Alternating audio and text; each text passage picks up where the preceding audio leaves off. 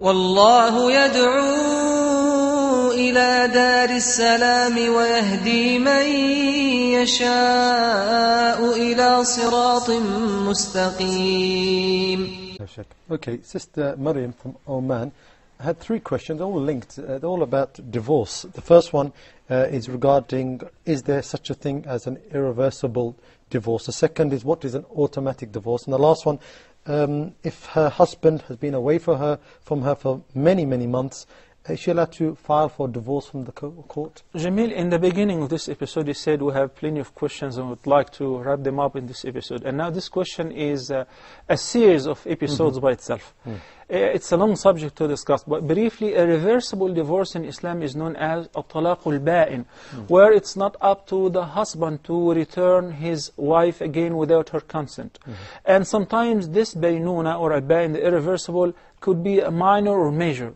A minor, such if the husband divorces his wife once, then he waits until the iddah is over, the 3 months or the 3 periods or the 3 menstruations, and after the 3rd one is over and he did not return her, in this case, she has become totally divorced. If he's interested in marrying or remarrying her once again, that would require them both to have a new marriage contract, a new dowry, a new consent of both, ijab and qabul. Versus the reversible divorce, if he divorced her once or in the 2nd time, and within the iddah period, he has all the right to call her back onto his marriage life or marital life, even without her consent. And that doesn't require a new marriage contract, nor does it require a dowry. There is another example of the major irreversible divorce. If the husband divorces his wife twice, 3 times, in this case, he doesn't have the right to return her, even if she agrees to that, even if it is within the iddah, because she has become completely prohibited for him, unless, if Allah subhanahu wa ta'ala says, unless if she marries to another person, a complete marriage, okay, not pre-arranged marriage, no, a complete marriage, حَتَّى تَنْكِحَ زَوْجًا غَيْرًا.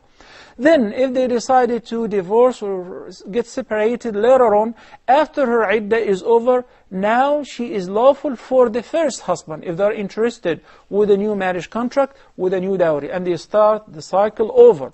But it's not permissible for a person who divorced his wife 3 times to return her, even with a new marriage contract, even with a new dowry, even with her consent. It would require her to get married first, not an arranged marriage, but a marriage, a complete marriage life, with a complete consummation of this marriage. Then if this marriage is seized for a reason or another, divorce or khul or etc., and after the iddah she's free, she may get remarried once again to the first one, if there is some sort of agreement.